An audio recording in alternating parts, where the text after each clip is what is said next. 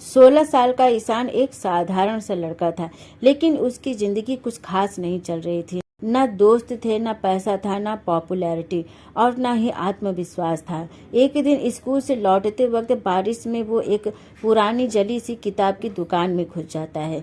वहाँ उसे एक अजीब सी किताब मिलती है जिसका नाम था सौदे का चिन्ह। उसने दुकानदार से पूछा, ये किताब कितने की है? तब दुकानदार उसकी आंखों में एक चमक दिखता है और उसने कहा कि तुम्हें ये किताब खरीदने की जरूरत नहीं है, इस किताब ने खुद तुम्हें चुना है। ईशान चौंक जाता है, उसे कुछ समझ में नहीं आता है, लेकिन फिर वो किताब लेकर चला जाता है। रात में जब वो किताब पढ़ रहा था तब वो एक शब्द बोलता है, जहरुल जिन। अचानक कमरे की बत्तियां झपकने लगती हैं, हवा रुक जाती है और एक धुआं सा उठने लगता है। उसमें से एक काला जिन प्रकट होता है। उसकी आंखें अंगारों के जैसे जल रही थी। जिन कहता है, हर ख्वाहिश पूरी होगी लेकिन कीमत चुकानी होगी। ईशान घबरा जाता है, लेकिन फिर उसने कहा कि मुझे सबसे अमीर लड़का बना दो मेरे स्कूल का। अगली सुबह उसका अकाउंट करोड़ों से भर चुका था। बच्चे उसे फॉलो करने लगे थे।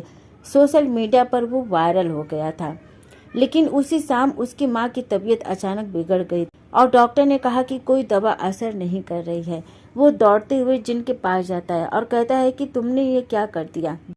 जिन मुस्कुराता है और कहता है कि हर ख्वाहिश की एक कीमत होती है ईशान डर जाता है, लेकिन फिर लालच उसके दिमाग में बैठ गया था। उसने फिर से अगली ख्वाहिश मांगी, मुझे क्लास का सबसे स्मार्ट, सबसे पॉपुलर लड़का बना दो।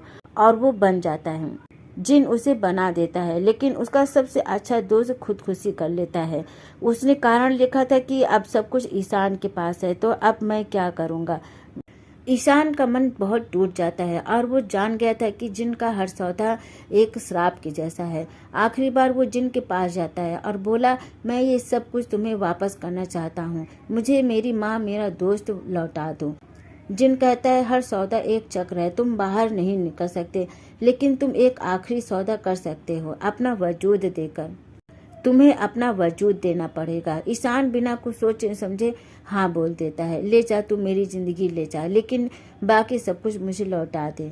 अगली सुबह ईशान गायब हो गया था, लेकिन उसकी माँ ठीक हो गई और उसका दोस्त जिंदा आईसीयू में मिलता है।